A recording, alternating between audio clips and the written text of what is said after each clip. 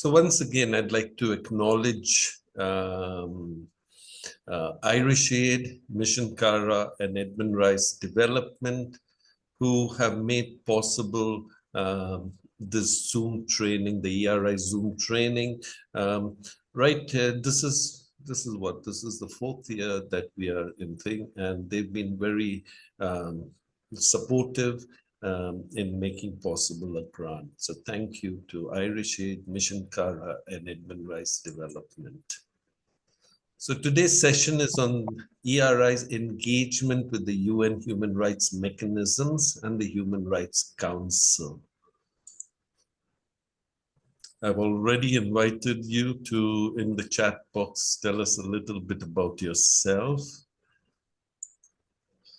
And in your video window, where your name appears in the bottom left-hand corner, please right-click and type in your name as registered like you did last time. That's very helpful when it comes to your attendance and knowing who has joined. Once again, I invite you to view the presentations on speaker view, and during the presentation, your microphone will be disabled. The chat box will be disabled, but from time to time, it will also be enabled so that you can share your comments and highlights of the presentation. During the course of this presentation, I'll be inviting you to quite a few times to share your comments in the chat box, so please do so. I'd just like to once again go over the objectives of our Zoom training, okay, to create an awareness of human rights and advocacy, of care of the earth, and bring about a change of mindset from a charity or service model to a rights-based model of operating. Another important objective is to create an advocacy networking platform where participants can learn from one another, share their experiences, collaborate with, and support one another. So with that, I'm going to hand over to you, Brian, to welcome all who are present right now. Over to you. I'll just stop my screen share. Okay, thanks, Tino. So welcome everyone to this, the second in our series of webinars. And as mentioned, this one is on engagement with the UN Human Rights Council's mechanism that were introduced briefly in last week's session, and with the UN Human Rights Council. And just a reminder that a link to the recording of these webinars will also be included in our monthly newsletter, and the April newsletter will be sent out early next week, and past newsletters are archived and accessible on our ERI website. So today's presentation will be by Brother Tino D'Abreu, and Tino is a Christian brother from India, and he's been a member of the ERI team and community here since 2017. Prior to that, he had over 30 years of teaching experience in the classroom and as a teacher trainer, and as well as 20 years of leadership and administration of Christian Brothers schools in India. He holds a graduate degree in science, a master's degree in sociology, and a Bachelor of Education degree. In India, he was actively involved in formulating policies and creating necessary structures to welcome economically marginalised students into fee-paying schools, in keeping with the vision and charism of the Christian Brothers. So with that introduction, I'll hand back to you, Tino, for your presentation. Thanks very much, Brian. Thank you. I'll just get my screen up. Okay. Yeah.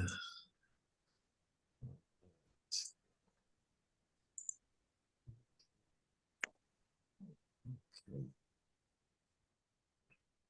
So thanks, Brian, once again, and I'm going to share my screen.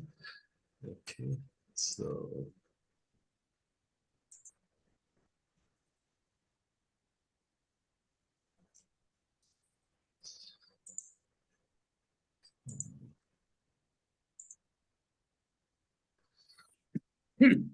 So I'm going to thank you once again to all who are present.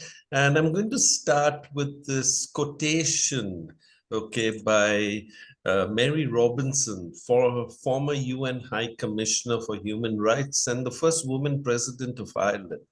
And I like it because she says human rights are inscribed in the heart of people. They're here, right? They were there long before lawmakers drafted their proclamation. And of course, the proclamation she's talking about is the Universal Declaration of Human Rights, which Brian spoke in quite some detail during the last session.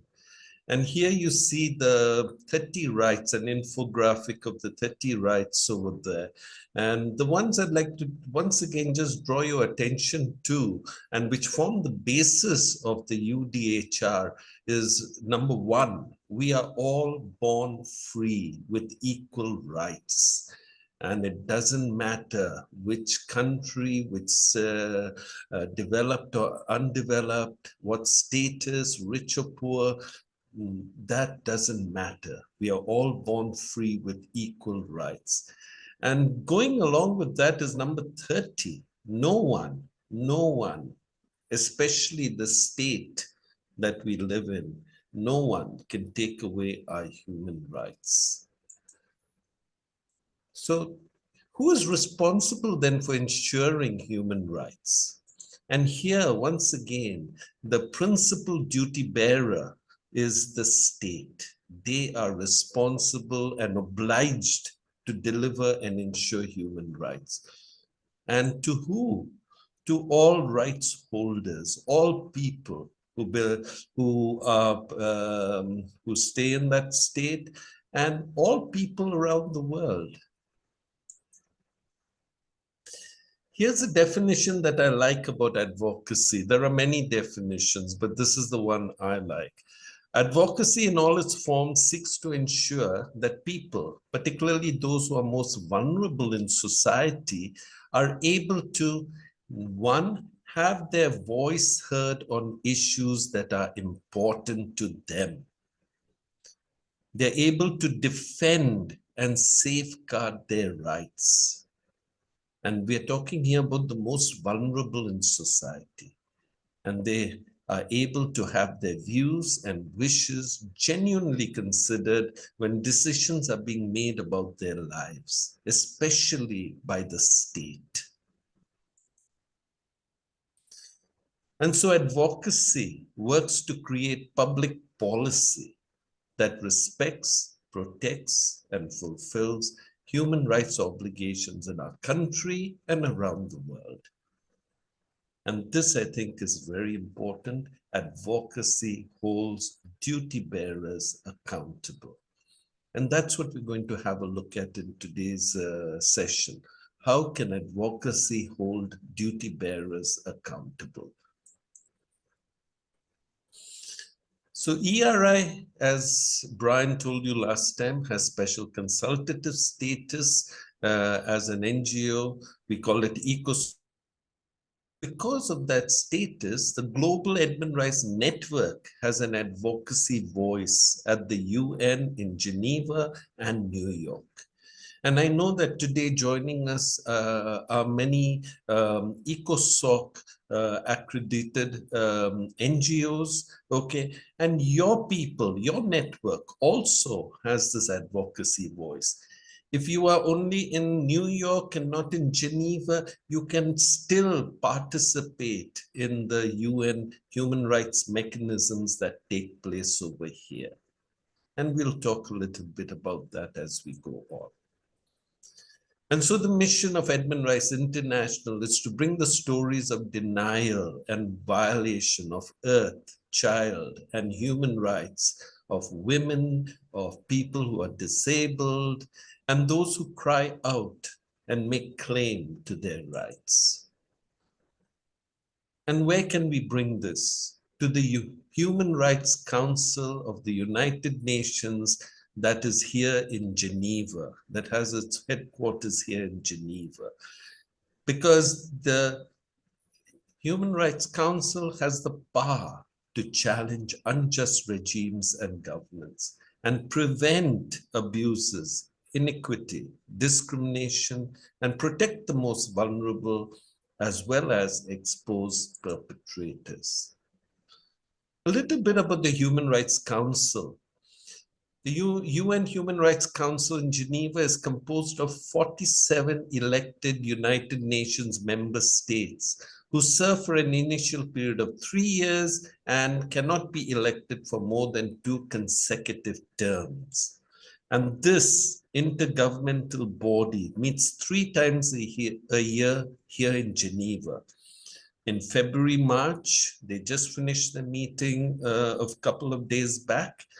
June, July is their second meeting, and the final third meeting takes place during September, October. And normally these meetings are for about 5 to 6 weeks at least. The council membership is based on an equitable geographical distribution. So here you see how the 47 seats are distributed.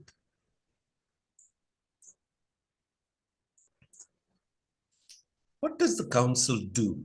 It serves as an international forum for dialogue on human rights issues with UN officials and mandated experts, states, civil society, and other participants.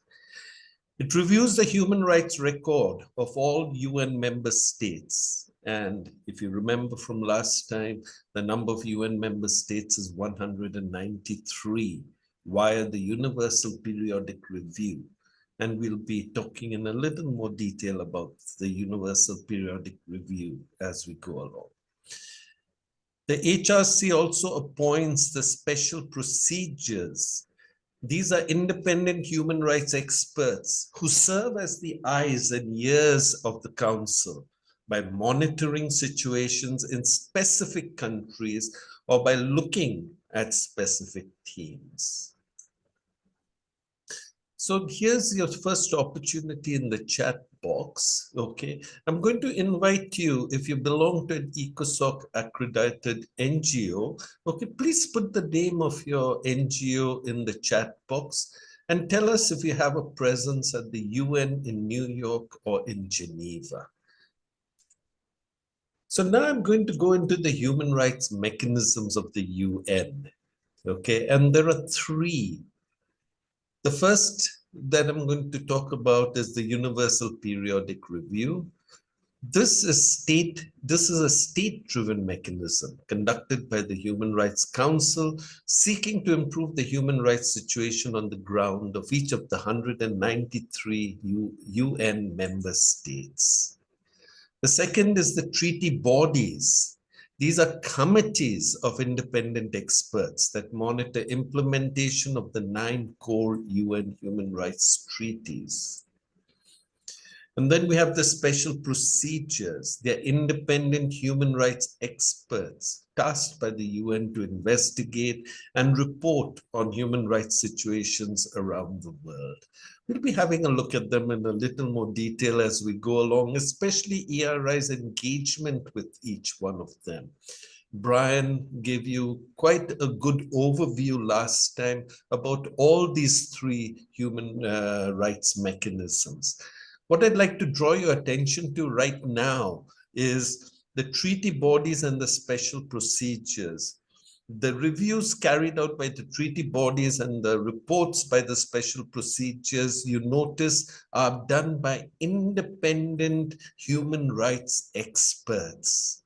Okay, and in the case of the treaty bodies, by committees of independent experts. And some of these committees could have between 18 to 21 members in them. Okay.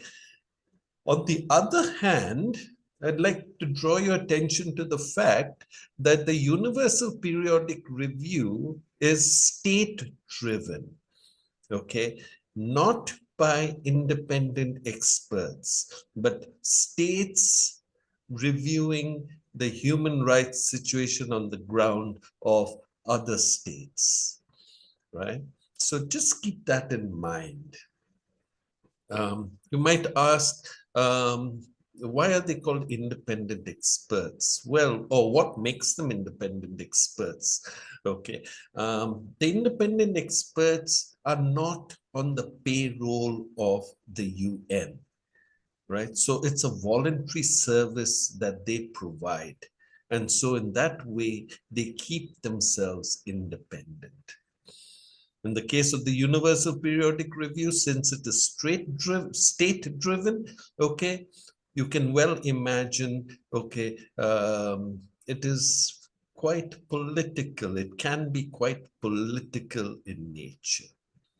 We'll talk more about that as we go along.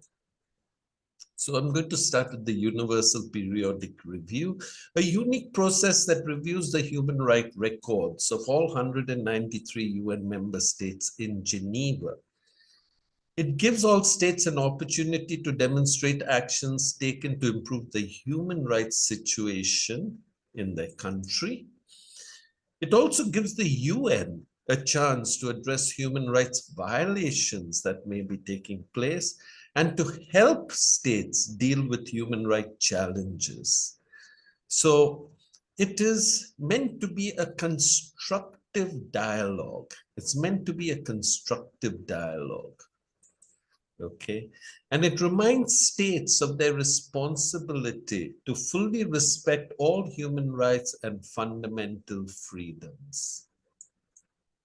Okay, I see someone's hand is up. Okay, but I will come to you after my presentation. Okay, so now the Universal Periodic Review.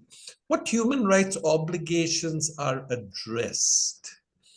Well, the UPR will assess the extent to which states respect the human rights obligations set out in the UN Charter.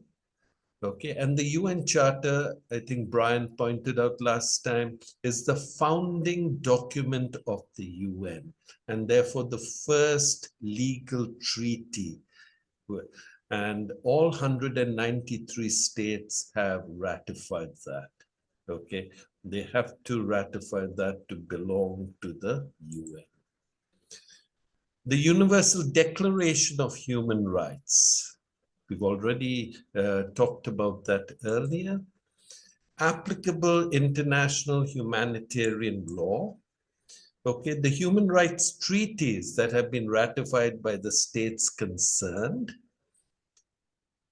Okay, I'm sorry. Okay, that shouldn't have happened. Let me go back. Okay. And number 5 are the voluntary pledges and commitments that state makes. For example, national human rights policies or programs that they will implement. These are the voluntary pledges and commitments. What are the objectives of the UPR? One of the objectives is the improvement of the human rights situation on the ground, the fulfillment of the state's human rights obligations and commitments, the assessment of positive developments and challenges. And of course, in all these cases, we're talking about very specifically in the area of human rights. It's also an opportunity to enhance the state's capacity and provide technical assistance for the implementation of human rights. It's a forum where there can be sharing of good practices, and it encourages all states to full cooperation and engagement with the Human Rights Council, the human rights bodies, and the Office of the High Commissioner of Human Rights. Who conducts the review? The reviews are conducted by the 47 elected members of the Human Rights Council who form the working group of the UPR. The other UN member states participate in the discussion as observer states. So I'm going to now show you shortly a video, okay, that in a way, will help you understand better this UPR mechanism. But as you're watching the video, what I'm also going to invite you to do is, okay, check what role NGOs can play in the UPR of a state. And also check why this review is known as a peer review. So I'm going to now play the video. It's about 9 or 10 minutes, but it goes pretty fast because it's done very creatively.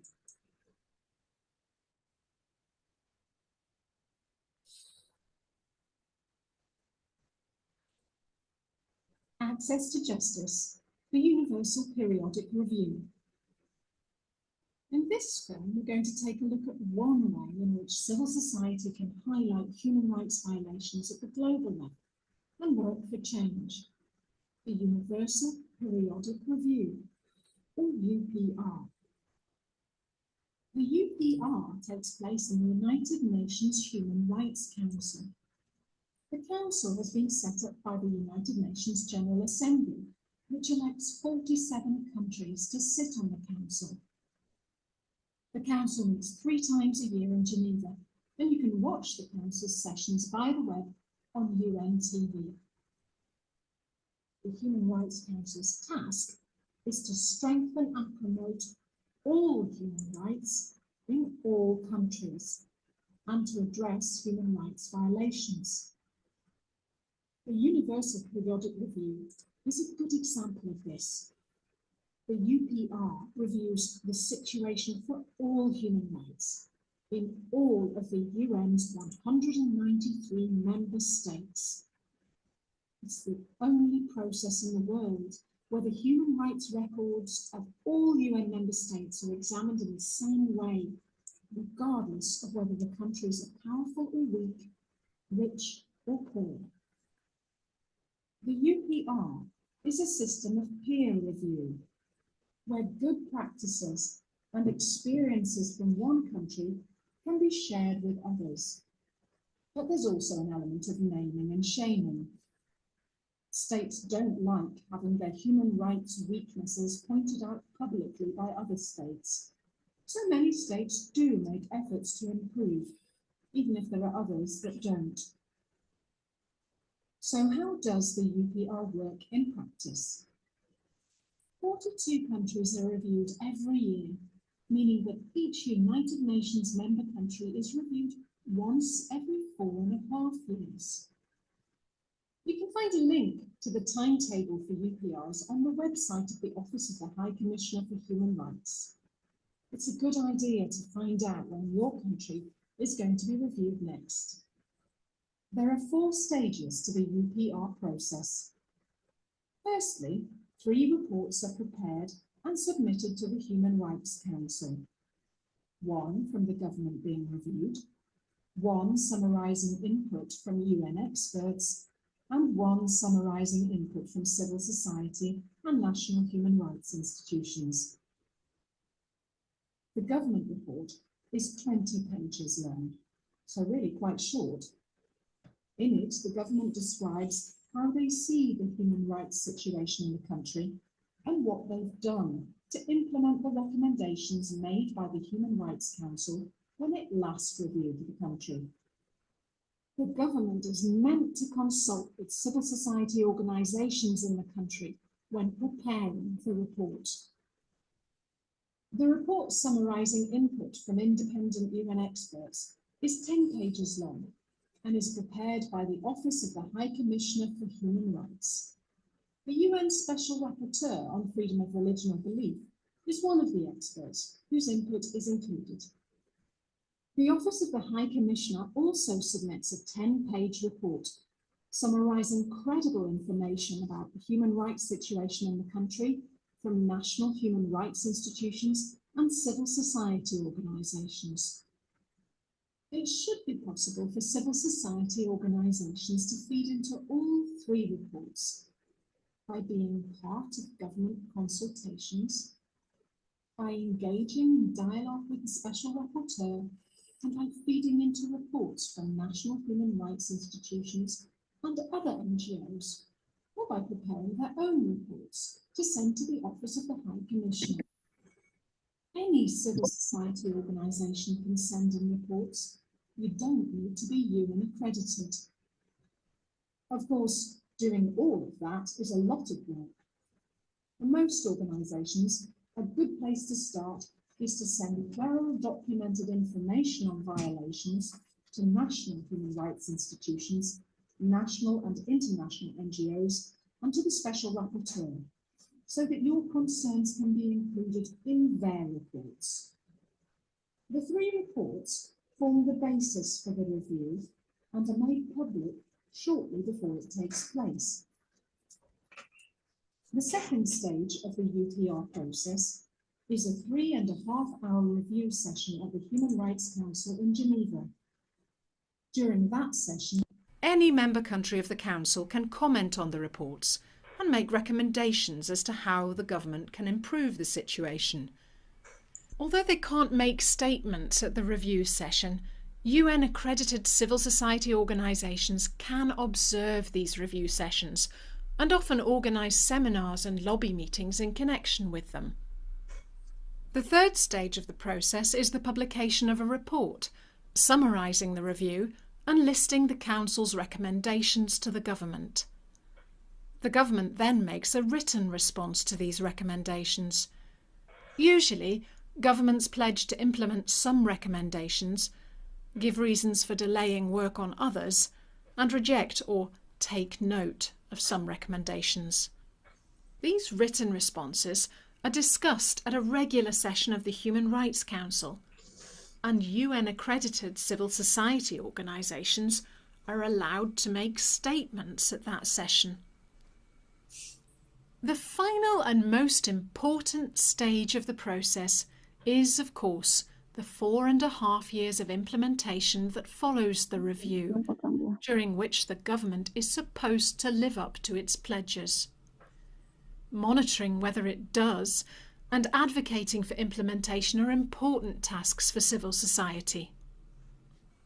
All of the documents linked to the UPR, including civil society submissions, the Human Rights Council's recommendations, and the government's pledges, are published on the Office of the High Commissioner's website. It's really useful to know about the recommendations and pledges, as you can refer to them in advocacy work. National media often pays attention to the country review, which can also create opportunities for you to highlight the issues you're working on. Experience has shown that civil society input to and follow up on the UPR is most effective when it's done by civil society coalitions, rather than lots of separate organisations in an uncoordinated way. Which NGOs and faith communities could you collaborate with? A good place to learn more about the UPR and to link up to other NGOs working to influence your government is via an NGO called UPR Info, based in Geneva. UPR Info works to raise awareness of the Universal Periodic Review and build the capacity of civil society and other actors to engage with the UPR. To sum up, the UPR reviews the situation for all human rights in all of the United Nations 193 members. Each country is reviewed once every 4.5 years. There are several stages to the review process. Firstly, 3 reports are prepared, one from the government concerned, one from UN experts, and one from civil society and national human rights institutions. The Human Rights Council then has a 3.5-hour discussion of these reports. UN-accredited civil society organisations can observe these review sessions and often organise seminars and lobby meetings in connection with them. After the review session, a report of the Council's recommendations is published, and the government concerned provides a written response by pledging to act on some recommendations, delay action on others, or to just take note of recommendations without pledging any action. During the 4.5 years that follows, the government should implement its pledges. Civil society can monitor this, and both the Council's recommendations and the government's pledges are useful in advocacy work. On the website, you'll find links to the Human Rights Council's website, as well as films and other resources to help your organisation promote freedom of religion or belief in your context. I'm just going to pause the video. Oh, I thought I paused it. I'm sorry. Okay. I'll just pause the video here because it gives you an overview of the whole UPR process. So I'm just inviting you to just take in that overview and try and recall all the different parts of the process. I'll give you 30 seconds to do that.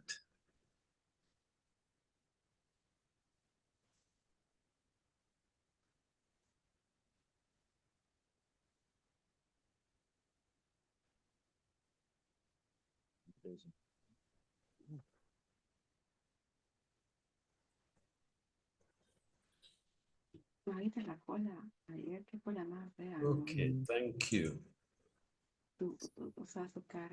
So once again, what role can NGOs play in the UPR of a state?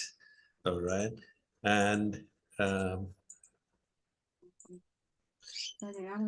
so we go to the chat box now, once again, and I mean, down in the chat box, can you name 1 or 2 roles that NGOs can play in the UPR of a state? Or can you name one highlight of the UPR process for you? You can answer both, you can answer one. Okay, it's your choice. I'm giving you 1 minute for this.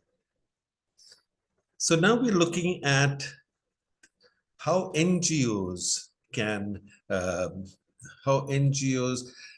work on the UPR process. So there are three places where they can contribute to the UPR process. The first is in the preparation for the review, as you heard. They can input into the national report, especially if the state invites them. Okay. But even if the state doesn't invite them, they can input into the UN information by sending inputs to the special rapporteurs, to the treaty bodies, to UN organs like UNESCO, UNICEF or UNESCO or UNHCHR. Okay, and finally they can draft their own UPR submission. And we'll be talking a little bit about that a little later.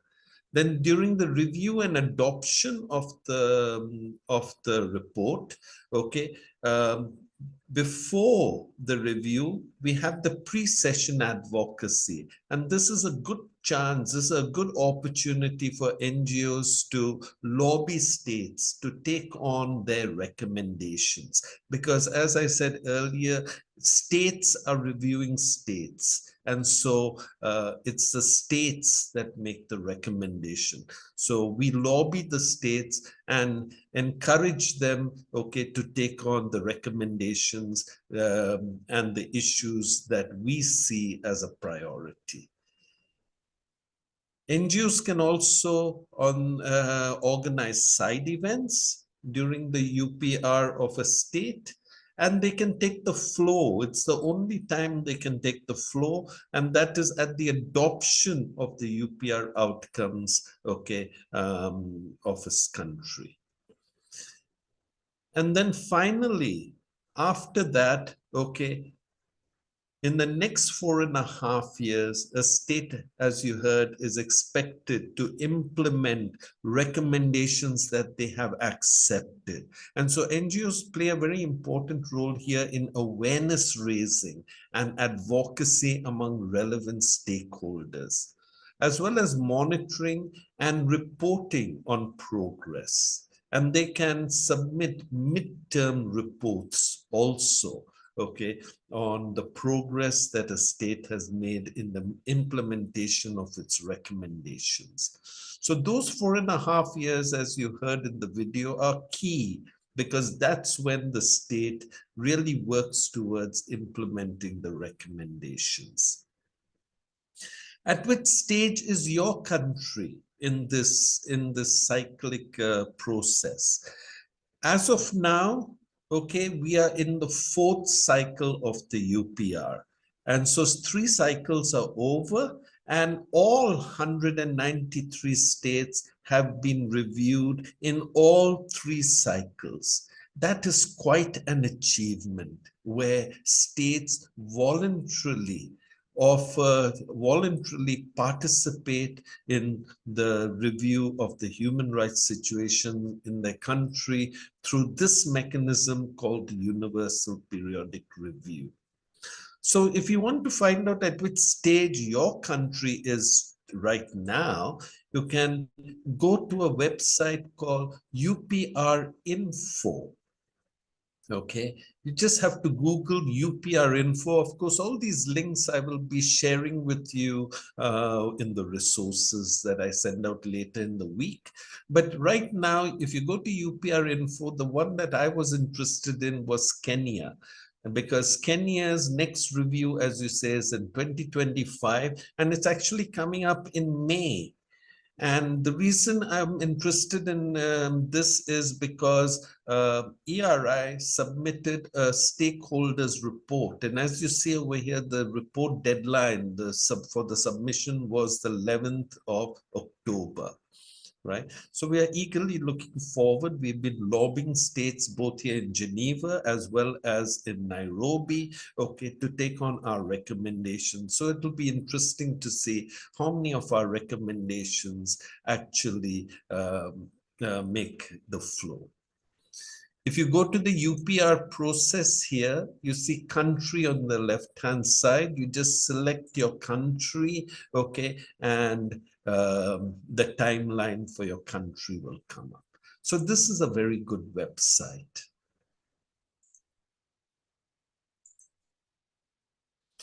All right.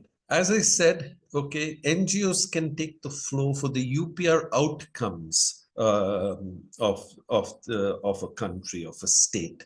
And so on the 27th of March 2023, India had its UPR outcome session, okay, and during that session ERI made an oral statement. So let's watch that, so you'll get a good idea of the oral statement.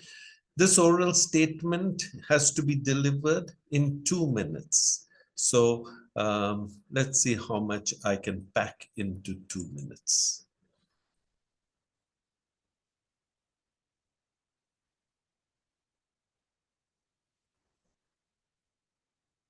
And now for a joint statement, I give the floor to the representative of Edmund Rice International.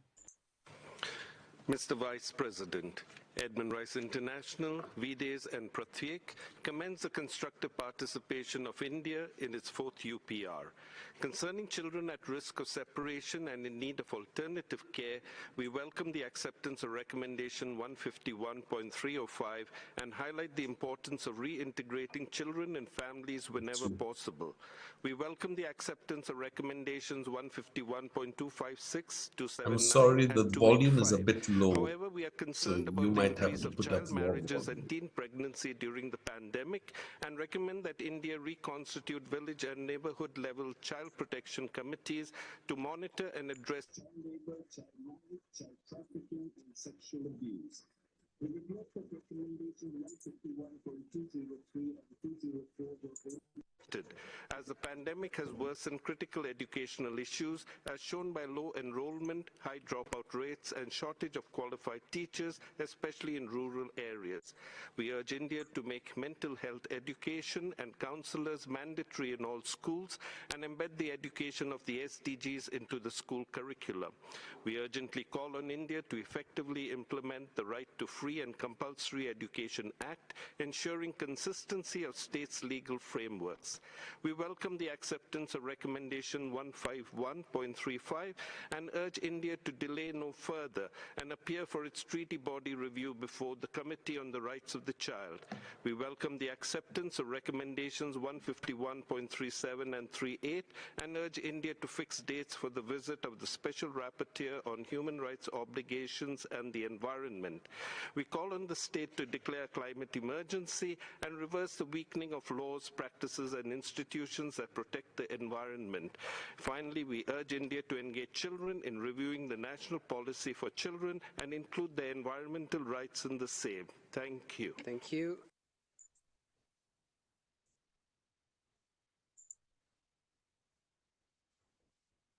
Right, so I had to pack in quite a bit. I'm sorry if the volume was a bit low, but in 2 minutes over there.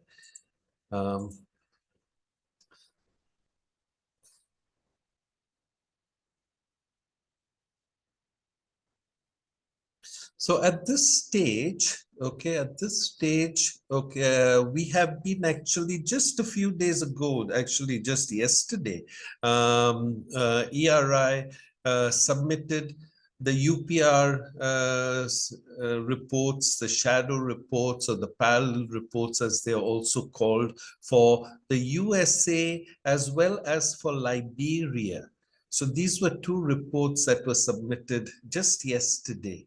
Yesterday was the deadline. So you're there? Okay, 1 minute, Sammy. Okay, 1 minute. I am Brother Samuel Munywa, a Christian brother who has worked in development projects for many years and currently a formator at the Formation House here in Bo, Sierra Leone. I attended Geneva session years ago, and since that time I've been involved in compiling UPR submissions for Kenya, Tanzania, Zambia, and at the moment, together with the core team, we are compiling a submission for Sierra Leone. UPR awareness and mechanism requires collaborations and networking with all stakeholders, especially the government departments, NGOs involved in advocacy, justice, human rights, and affected communities. We have just finished a 2 days workshop here in Bo, Sierra Leone. Nearly 30 participants derived from Justice, Peace, and Human Rights Commission, head teachers of nearby secondary schools, diocese safeguarding officers, Christian Brothers postulancy, and policemen from nearby police station attended the workshop. The comments from workshop participants, some were surprised that Sierra Leonean government as duty bearers can be held accountable by anyone. Others shared that they had never heard or read about UPR, treaty bodies, or UN Special Rapporteur. Others said that they are safe, that they don't have to raise issues alone. They can do a joint submission as people of Bo or Sierra Leone or part of Edmund Rice Brothers family. At the moment, in this Zoom, 12 of us who attended the Sierra Leonean UPR workshop are attending this meeting to be able to understand more about UPR, to network and clarify what was not clear during the workshop. A core group has been created to put together various issues that are surfacing from the workshop participant concerning the abuses here in Sierra Leone. We plan to verify and validate these issues with various government departments, traditional leaders, and the communities. We will put together a submission where we will affirm the government, challenge it where gaps on promoting human rights, dignity, and justice are still existing, and offer our recommendation. Thank you. Thank you, Samuel. Thank you very much. Samuel, the UPR of Sierra Leone is due will take place next May, in May 2026. So their submission that they're working on, okay, will need to be uploaded in September. So all the best, Sammy, for that over there. I think Kevin Colley, you're back online, are you? All right. So Kevin, can you, lovely. All right, let me just add you to the spotlight also. There you are. Okay, so Kevin is a member of the ERI team in New York, and Kevin has been working. He'll tell us a little bit more about. He's been working on a draft of the UPR for the USA, which was uploaded yesterday. So over to you, Kevin. Okay, and if you can also share a little bit about how Iona University and the IPA and the other organizations were which co-sponsored the UPR. Okay, if you can tell us a little bit about that also. Over to you. Thank you, Tino. Thank you, Brian. Yes, we've been working on the UPR. We had a partnership with the Sisters of the Congregations of St. Joseph of Chambéry, one of our partners. We had the Passionists International. We had the Religious of the Sacred Heart of Mary and the Sisters of Mercy of the Americas. This was our group, and we've been working on this for a number of weeks. And just as of Friday, I think it was Friday, it was sent along to the office in Geneva and submitted that afternoon. So we made the deadline, so to speak. One of the things that this group looked at was how to organize a response for a country the size of the United States when you have a limited number of words to use and you have a limited amount of time. So we decided that we would look at a few areas, and I'll just let you know what we looked at for this cycle. This is systemic racism, maternal mortality, climate action, environmental racism, and migration. Those are the areas. And in each of the groups that were with us, they took a section of this. So, for example, we let people know that each of these groups of people, mostly religious women, had a particular focus. And in general, we were concerned that under the heading of systemic racism, that the United States has a difficult record to report on because it's been changing over time, and we even had an enormously painful war in this country about slavery. So we know that story. But there is a systemic and structural racism that's kind of sadly entrenched in the U.S. culture. So we looked at that as a problem. And then we looked at the efforts by the government to address these questions and the efforts on the part of, I'm going to call them the civil society groups. And at this point, we also noticed that there was a breakdown in the racism and structural racism, and we went back to 2021.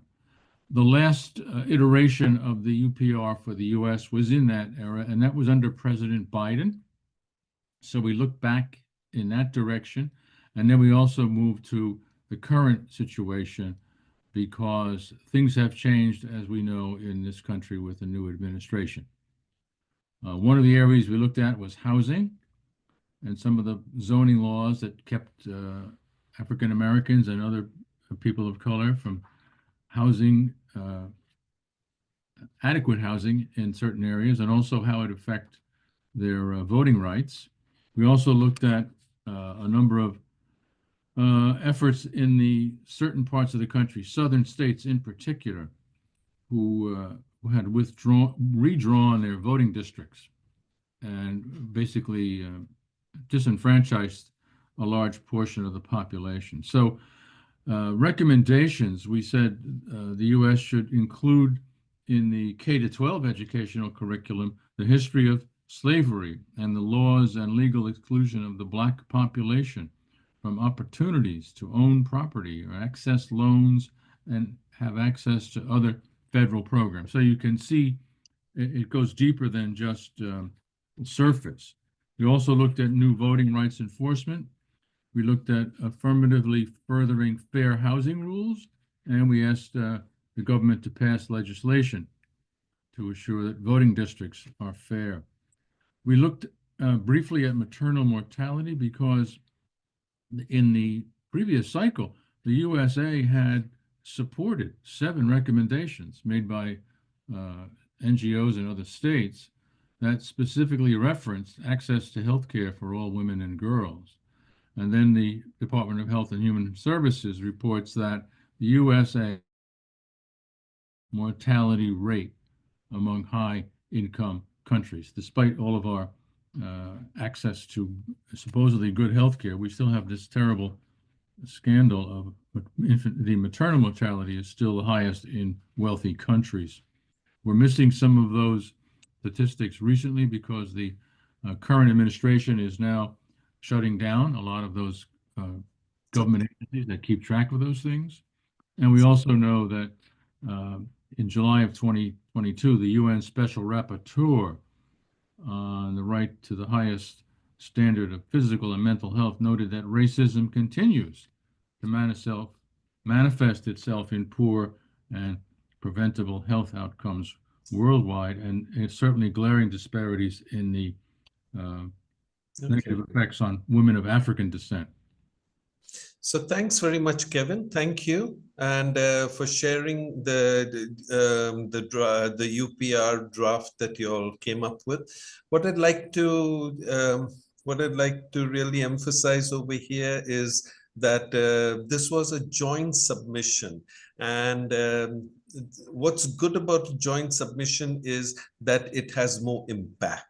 And therefore, states are also more willing to take on recommendations that are made in joint submissions. But that doesn't mean that that you can't make a single NGO can't make a submission. Okay, all recommendations are important. So thank you, Kevin. Thank you for that.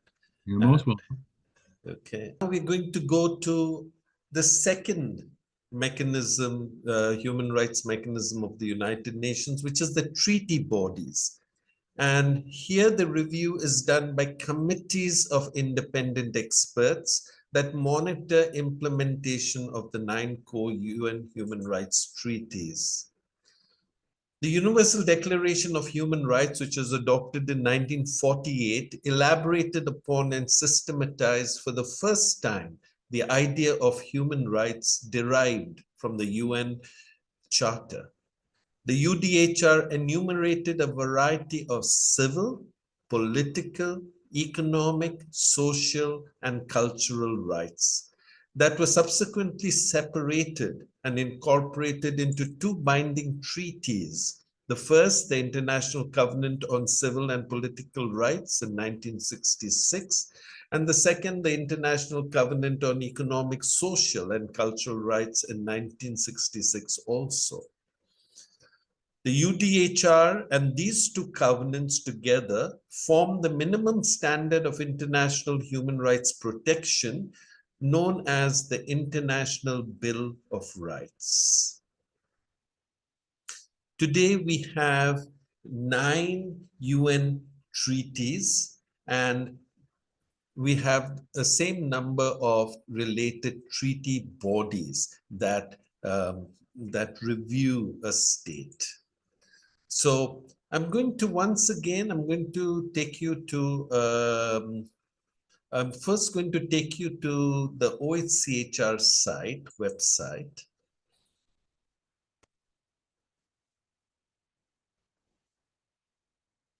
Okay. My screen is paused, it says, so just a moment. Okay.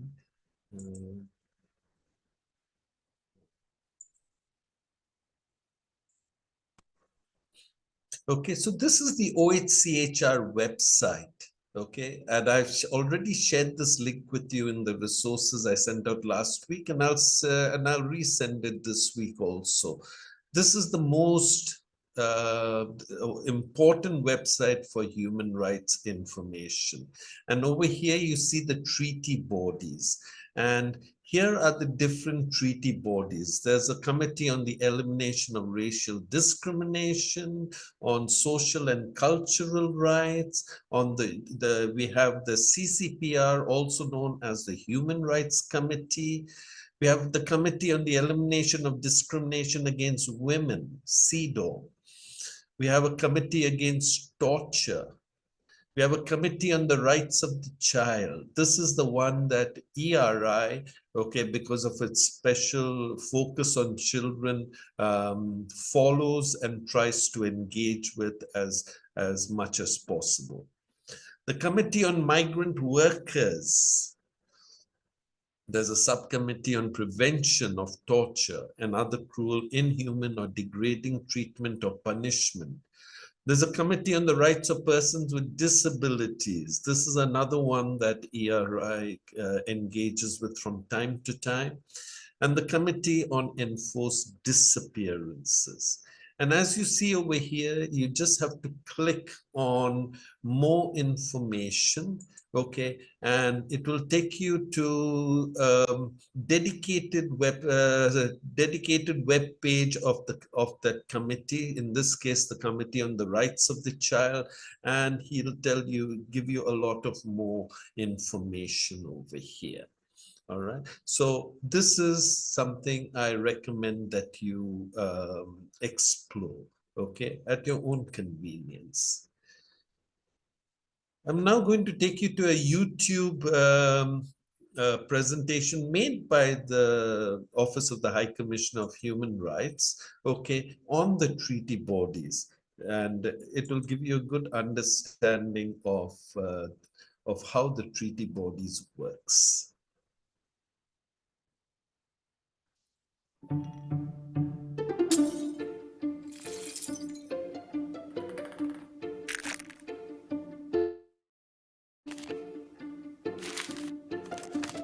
Things don't have rights. People do. For example, we have the right to education, to express ourselves freely, to be protected from violence. These rights are written down in international treaties. Governments sign up to these treaties on behalf of their people. There are 10 core treaties protecting people's rights. Some focus on children, women, persons with disabilities, migrant workers. By signing these treaties, your government promises to respect these rights.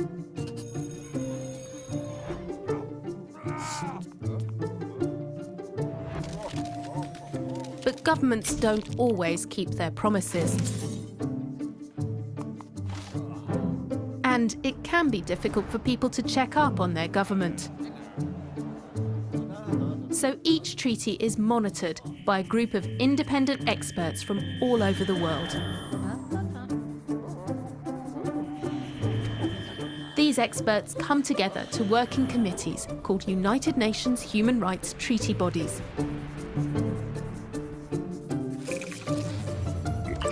The experts get information from many sources.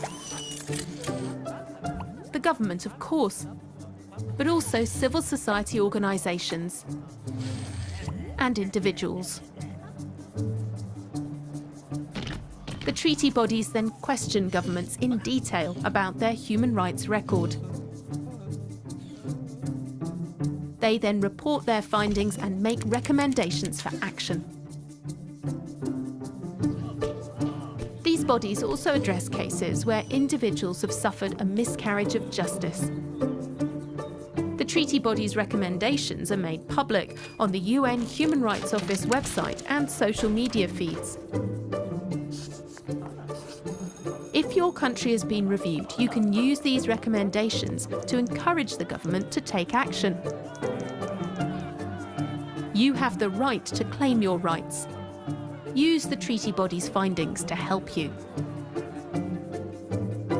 When the treaty bodies question your government about your rights, you can watch the session on this website. Hold your government to account. make sure they're doing their job.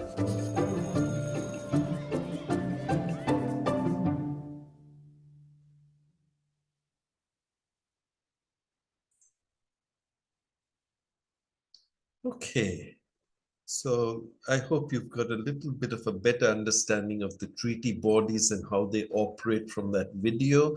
And as I said, you can always go to the website, the OHCHR website, and you can find out more over there. I'm now going to invite Ewan McMullen, who is a Franciscan, an OFM, and he works with Franciscans International. So I'm going to invite him to kindly share his. Okay, so Ewan is going to share with us.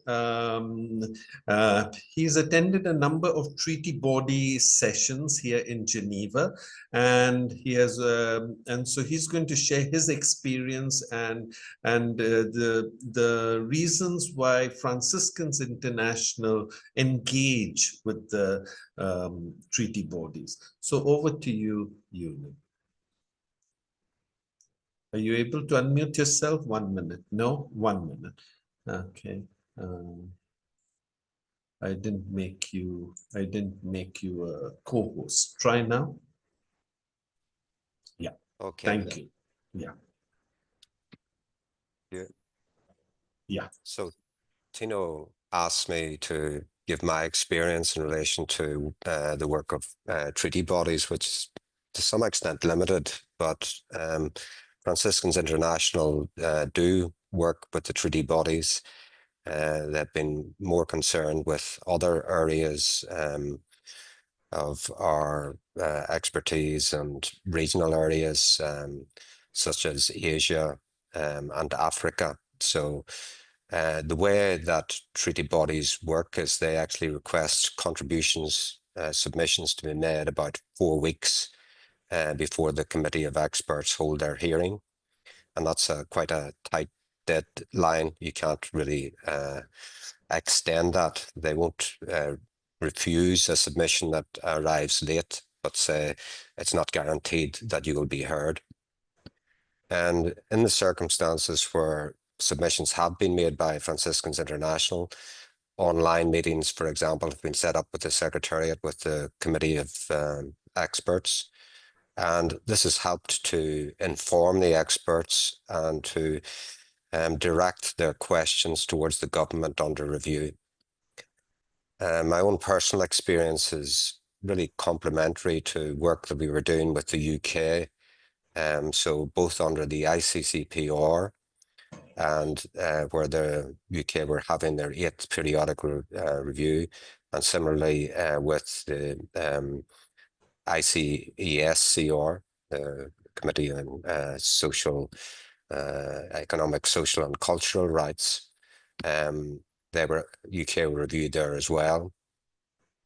The first ICCPR review was very much on the points that we were actually making by way of interventions in general debates. It concerned the rule of law and the adherence to the European Convention of Human Rights by the UK government in relation to Northern Ireland in respect to the Legacy Act, in respect of immigration legislation, including the Safety of Rwanda Act and the Illegal Immigration Bill, or Immigration Act, which the committee then looked at as well. And 1 week after the statement we had made in the general debate, issued a press statement with their concluding observations in respect of the UK's periodic review, and amplified exactly the points which we were making. So though we didn't have a submission making those points,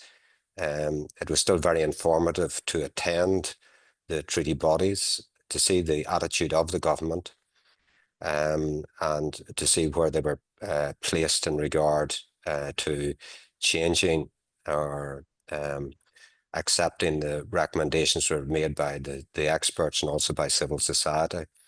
In respect of the UK, that actually happened when there was a change of government, and all the recommendations that we had made in oral statements and written statements were accepted. Okay, thank you. Thank you, Yudin, very much for joining us at the last moment. Thank you for your presence and thank you for sharing. Okay. All right. I'll just go back to sharing my screen again. Okay.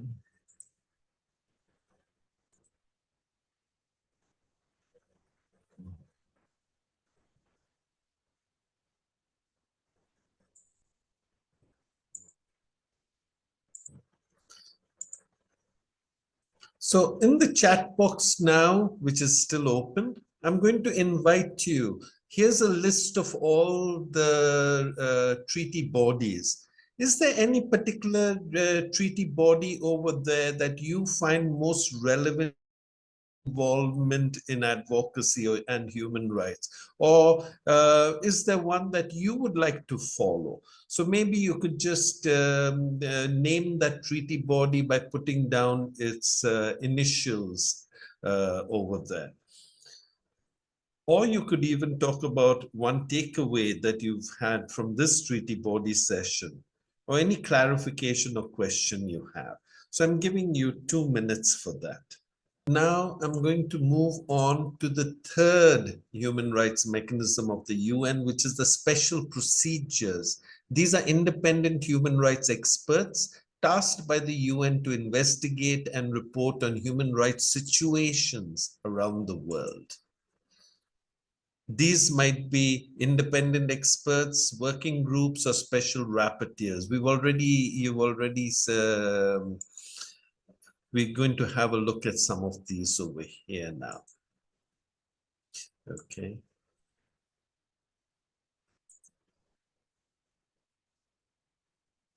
So I'm first going to show you again a video, thanks to ISHR Global, okay, and which tells you a little bit about the work of the special procedures. So let's watch this video.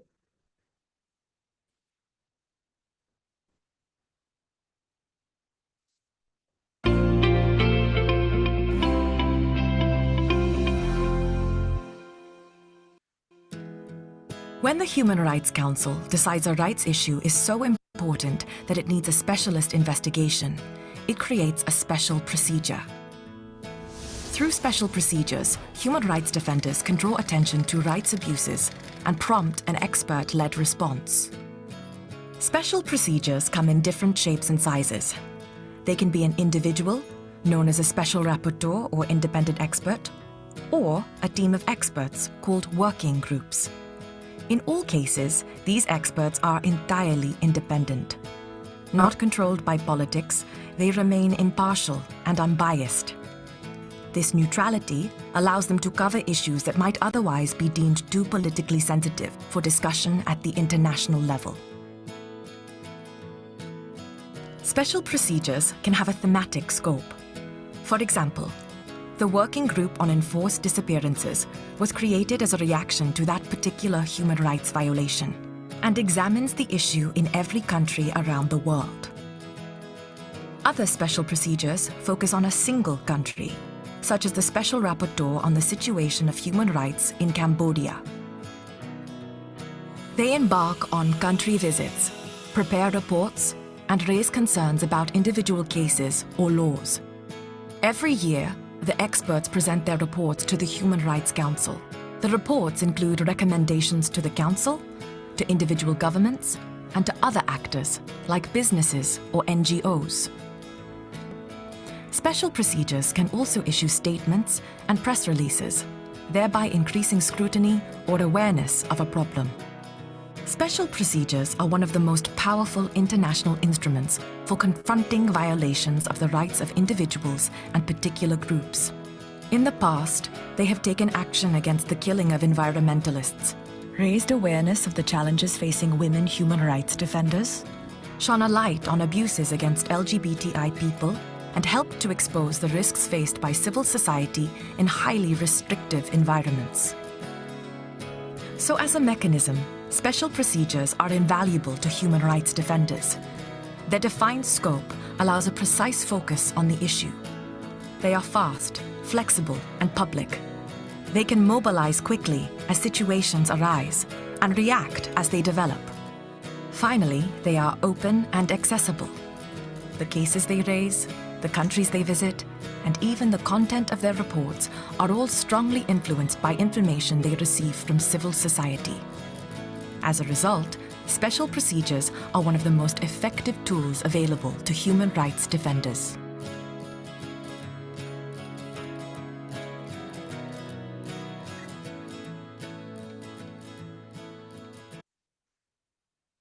Okay, so here are some of the things that you might have heard in the video. They have a precise focus. They are fast, flexible, and public. Okay, the cases they raise, the countries they visit, and even the content of their reports are all strongly influenced by information they receive from civil society. Right, and they also issue statements and press releases, thereby increasing awareness of a human rights problem. Right. I'm just going to move on because of time. And now I'm going to have a look at how NGOs can participate in the Human Rights Council sessions, right? They can address the Council during interactive discussions and debates, thus highlighting human rights violations around the globe. But they must have ECOSOC status. As observers, NGOs are able, amongst other things, to attend and observe proceedings of the Council, submit written statements to the Human Rights Council, and make oral interventions to the Human Rights Council. And so ERI has, at various stages along the past years, has participated and done each one of these. Just recently, in March 2025, we participated in the 58th session of the Human Rights Council, delivering 8 oral interventions.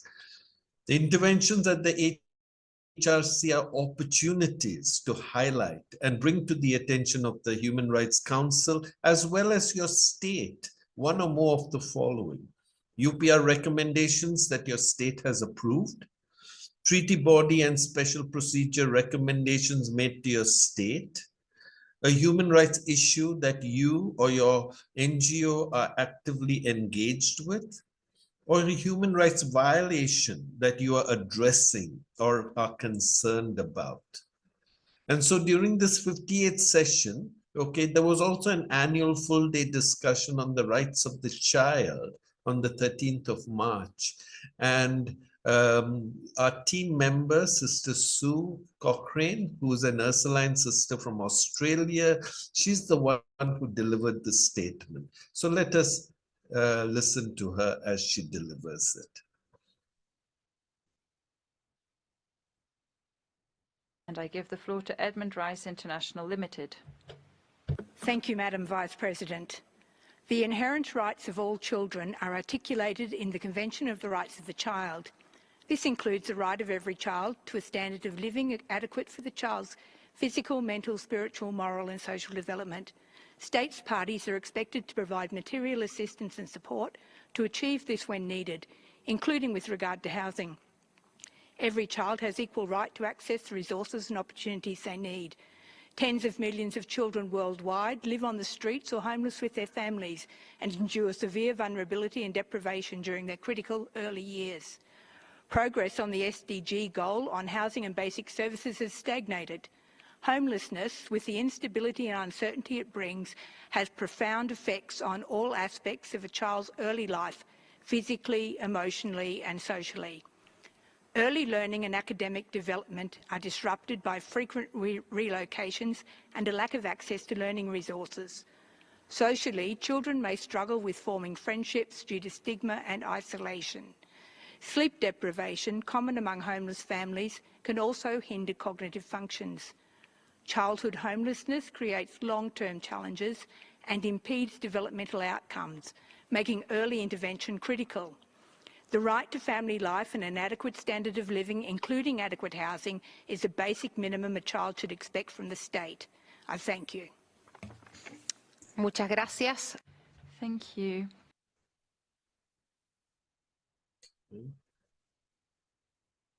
I now give the floor to Mr. Wole Soyinka, writer and Nobel laureate. Okay, we'll move out of that right now. Thank you, Sue, for that statement. And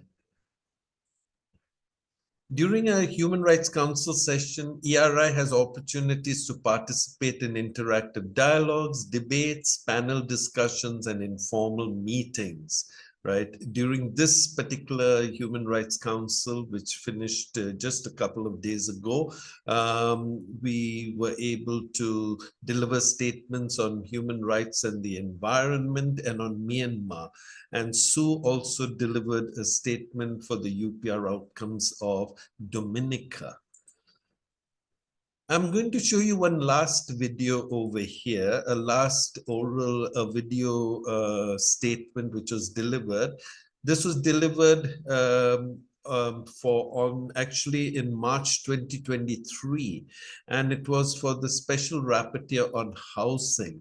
And it was delivered by Mr. Edward Havlin, who himself is a victim of homelessness and is experiencing homelessness. And the reason I'm actually showing you this statement is because, I'll just stop that for a moment, International and Edmund is because the Special Rapporteur actually referred to the statement and to what Edward spoke about.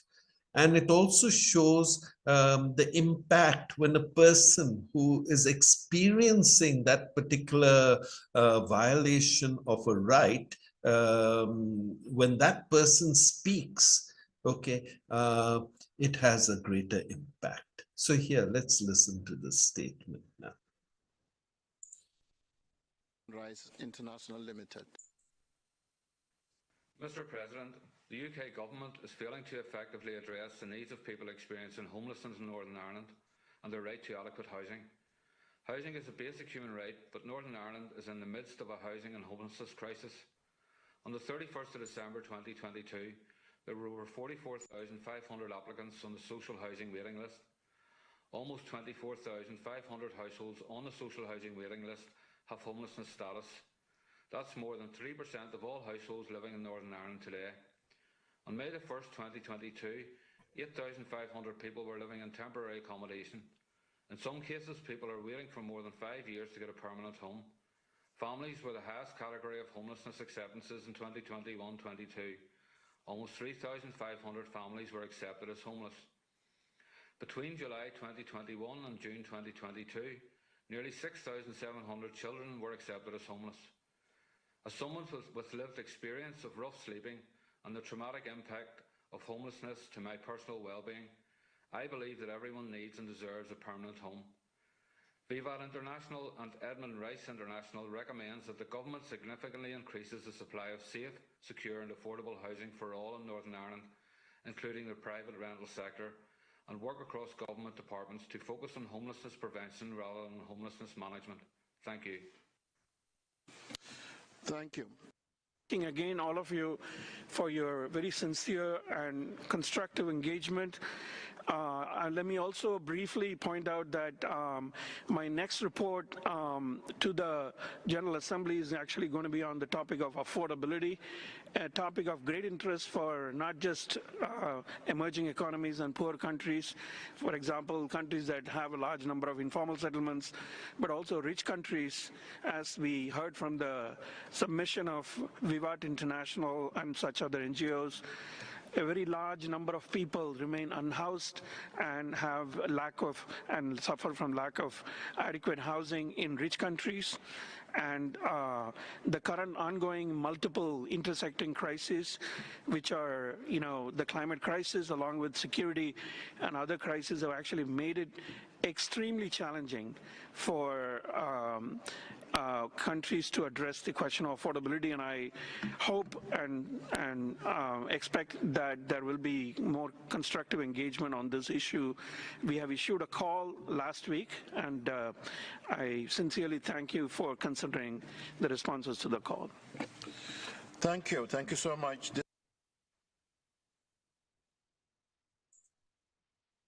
His long-term project.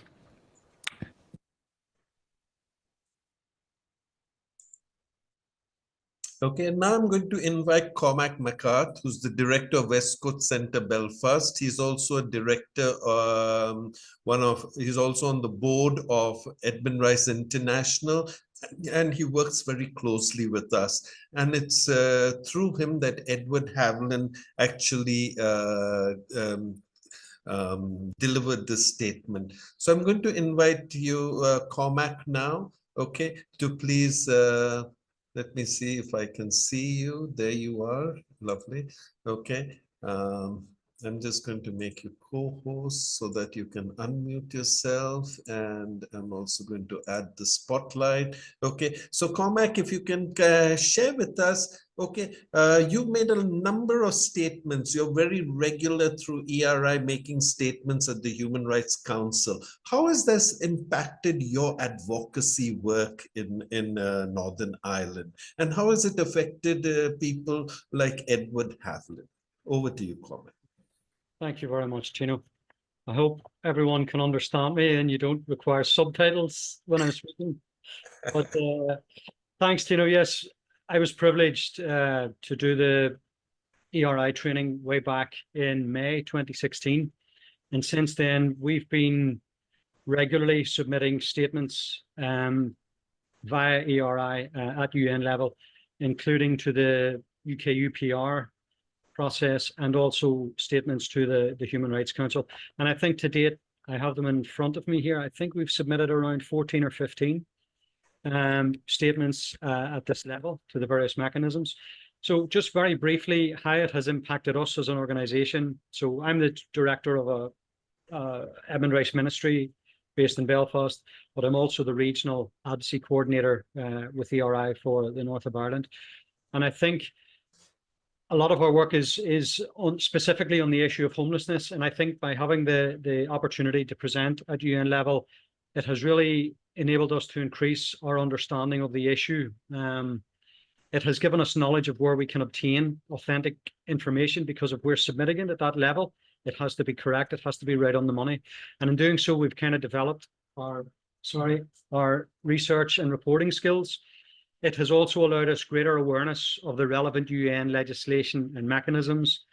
And I think most importantly on the ground, because this is really where our advocacy work needs to have an impact in order to see change at local and national level, is that it has opened doors for us to different agencies at local and national level, because we are able to shine a light on this issue at the UN. For example, we regularly talk to the head of the housing authorities.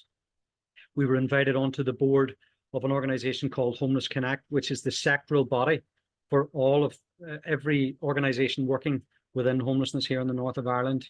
We have recently linked up with the Commissioner for Children and Young People, and hopefully we can do a submission to the CRC on this.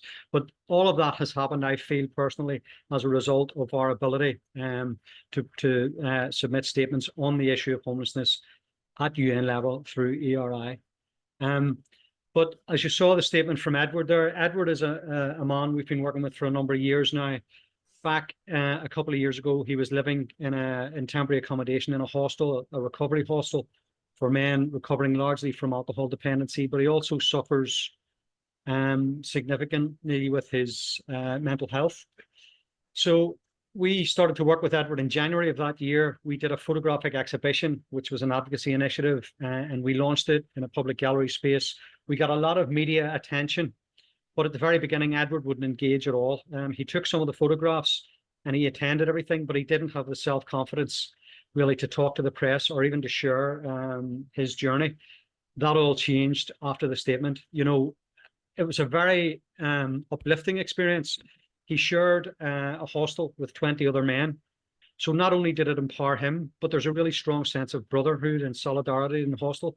He was speaking not only for himself, but for all of the men. And it was a really inspiring and uplifting experience to see the reaction of the men in the house when we watched him talk at UN level, you know. So really, in terms of his self-confidence, his sense of worth, I think it really restored his sense of dignity. And since that, he's gone on for bigger and better things. He's presented very regularly now. He's front and center of all of the advocacy initiatives we do locally around homelessness. So he has presented at public speaking events in Belfast and in Derry and in Dublin at very prestigious venues and prestigious events. For example, we presented in the National Centre for Contemporary Photography in Dublin, and he held court amongst a panel of experts, of photographers, you know, and just you could literally see the development of his self-confidence. So it's been, I think it has made, just with his one example, it has made a really powerful impact on his own person. And he continues to advocate to this day. For example, next Wednesday, we're hosting a group called the Lived Experience Group. And Edward's one of a number of people who share their thoughts and their experiences around policies and practice on homelessness. And this is fed directly to the housing authorities here. So he continues to keep that role. And I do feel that that's a direct result of engaging at the UN level through ERI. So we're really grateful for that, as is he. Thank you, Cormac. Go to the chat box and your takeaways, not just from the special procedures and from the Human Rights Council, but from today's session. Okay, any of your takeaways? What stays with you? What motivates you? What encourages you? Okay, what are you going to share with someone you meet today? Brian and Sue, can I now invite you at this stage, maybe to just share one or two comments that stood out for you, or a question that stood out for you, and maybe even respond to it. So over to you first, Brian. Okay, thanks, Tino. There was a question there about our statements for the UPR verified, and the short answer to that is no, but they must be based on credible sources, and NGOs have a responsibility to ensure they're accurate. And so it needs to be based on the experience of our people on the ground, not on press reports, for example. A second question, there was a question about an example of how recommendations have led to change. Well, last week I gave the example of disability in Papua New Guinea. I might just mention another one, St. Lucia. The Presentation Brothers there run a care program which was offering an alternative to the very academic senior school curriculum that was offered in St. Lucia, but it didn't receive any government funding. So the submission was that the government ought to broaden its support for a broader range of curriculum at the senior level. That was accepted and implemented, and to this day, that care program is still funded by the St. Lucian government. Just a couple of other quick questions, or comments rather. The examples of ERI submissions to the UPR and treaty bodies are on our website under the heading ERI statements, and Human Rights Council statements. The links are included in our newsletter. And one final quick comment. People made reference to the Convention on the Rights of the Child, CEDAW, disability as being relevant to their work. The other important convention is the Convention on Economic, Social and Cultural Rights, because that includes the right to education, which is one that is relevant to many of our NGOs. So I might just stop there, and Sue might have something else to add. Okay, thank you, Brian. Okay, Sue says she's happy with you to just share over there. I'm just going to finish this now by just bringing your attention to our next